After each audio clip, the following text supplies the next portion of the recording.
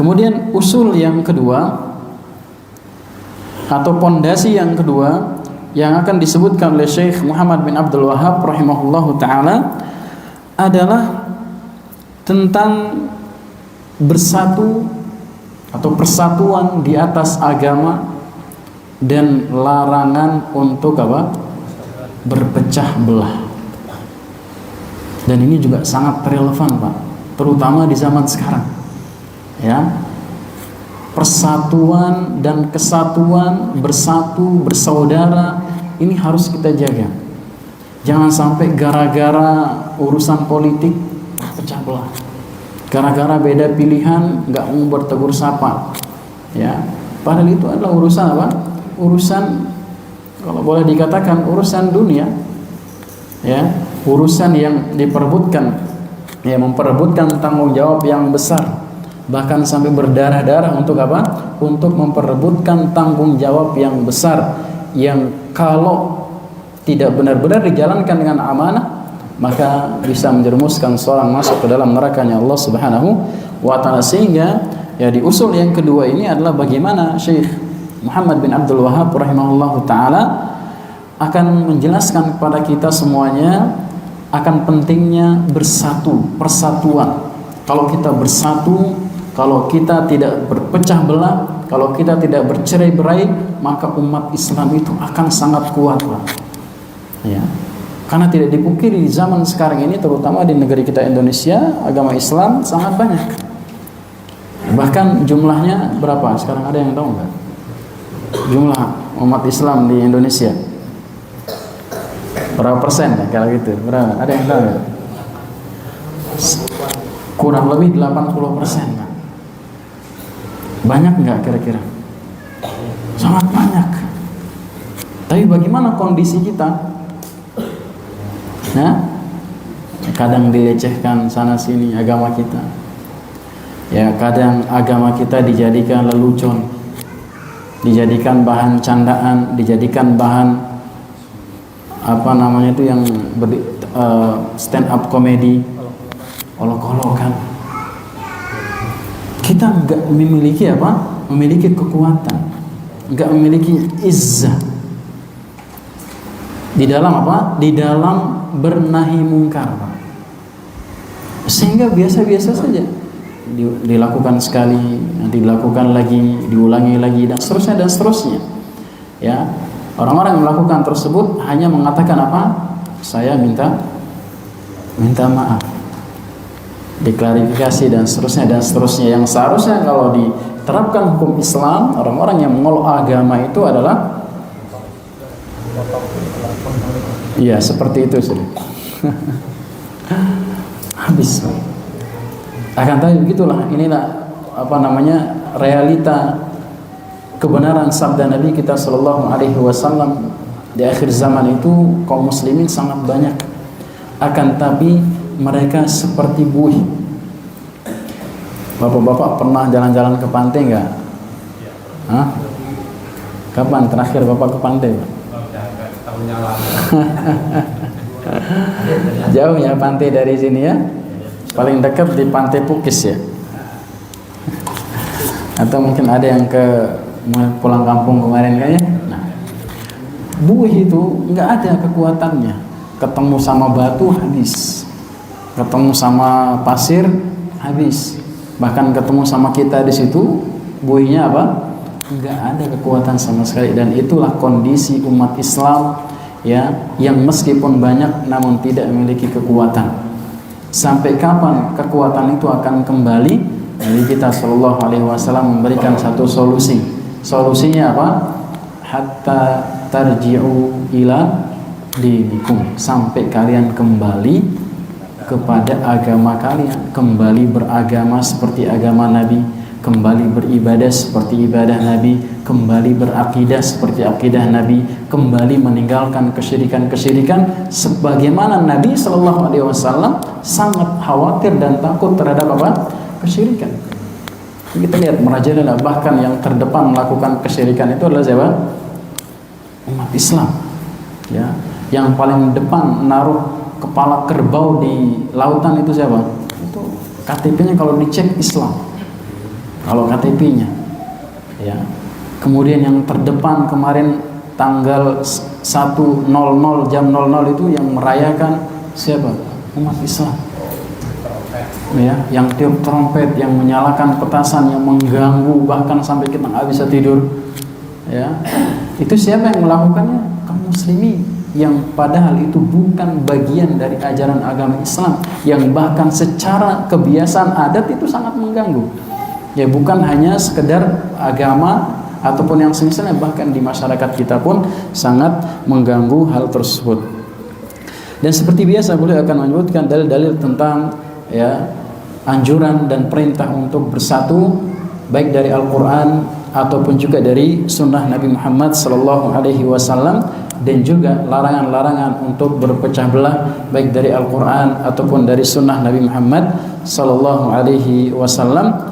Dan beliau juga akan menyebutkan tentang bagaimana amalannya para salaf, ya, bagaimana perbuatan para salaf yang mengedepankan al-ijtima', persatuan, dan mengedepankan apa?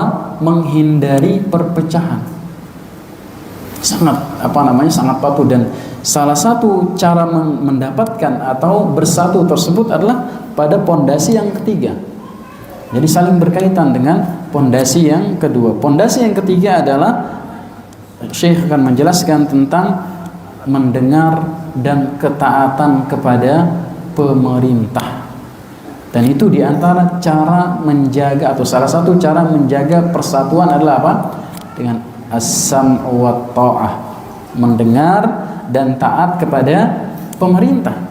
Dan ini bagi orang-orang yang memiliki kedengkian dalam hatinya itu sangat berat, Pak. Taat sama pemerintah itu berat. Apalagi kalau secara telanjang mata kelihatan pemerintah itu mungkin yang dianggap atau dinilai kurang adil mungkin, atau melakukan kezoliman A ataupun melakukan kezoliman B, atau melakukan kemaksiatan secara terang-menerang, sangat berat.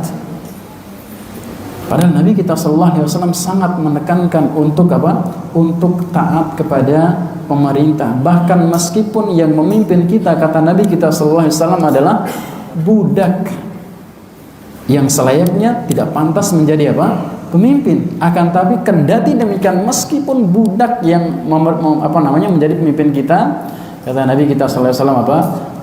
Mendengarlah dan taat. Apalagi yang bukan budak. Meskipun punggung-punggung kalian dipukul, kata Nabi, meskipun harta kalian diambil, tetap apa? Mendengar dan taat.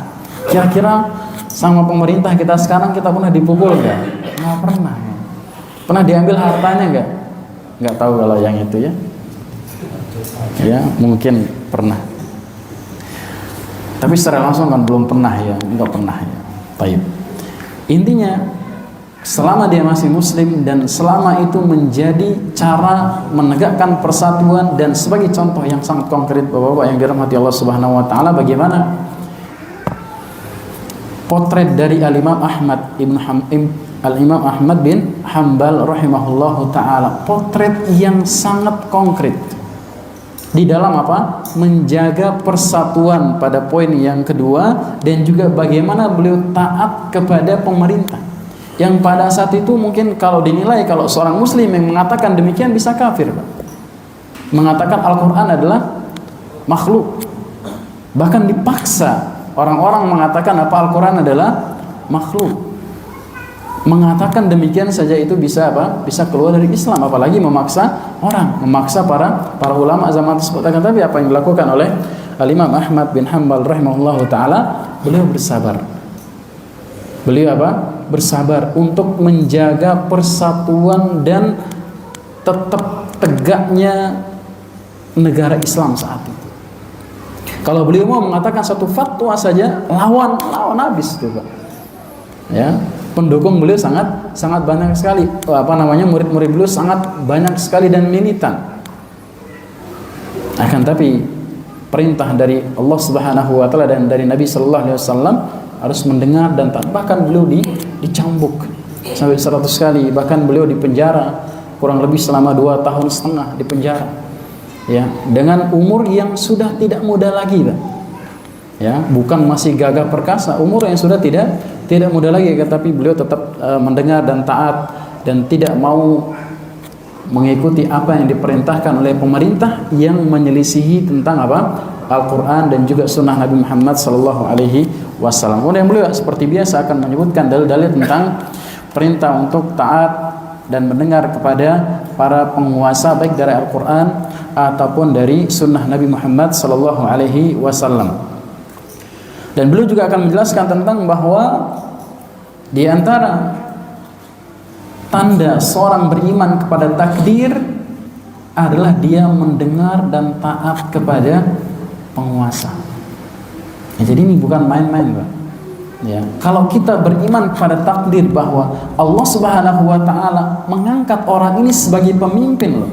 Dengan takdir Allah Subhanahu wa taala, bukan bim salabim jadi pemimpin, bukan, tapi inilah takdir Allah Subhanahu wa taala, bagaimanapun caranya dia mendapatkan apa? Mendapatkan kekuasaan tersebut. Ya. Baik dengan cara yang syar'i ataupun dengan cara yang tidak syar'i. Kalau dia sudah memegang tampuk kepemimpinan, kewajiban kita adalah apa? Mendengar dan taat dalam perkara yang ma'ruf tentunya. Adapun kalau dia menyelisih Al-Quran, menyelisih syariat Allah Subhanahu wa taala, maka kita tidak wajib taat di dalam perkara itu saja. Adapun dalam perkara yang lain, maka kita wajib mendengar dan juga wajib taat. Kemudian beliau juga akan menjelaskan tentang betapa banyak orang-orang yang berdakwah menyeru kepada agama Islam yang kurang memahami tentang esensi mendengar dan juga taat kepada pemerintah. Ya, banyak orang bahkan menggembosi untuk apa? Untuk tidak lagi taat kepada pemerintah yang ada. Baik pemerintah dalam, jadi kalau kita ngomong pemerintah ini Pak, bukan pemerintah yang puncak saja, bukan. Siapa pemerintah yang paling puncak pada saat ini Pak? Presiden Joko Widodo. Begitu pula dalam skala pemerintah yang levelnya lebih rendah dan juga levelnya lebih sempit daripada pemerintah yang ada saat ini. Kemudian beliau juga akan menjelaskan tentang wajibnya kita berta'awun di dalam kebaikan antara pemerintah dan juga rakyat.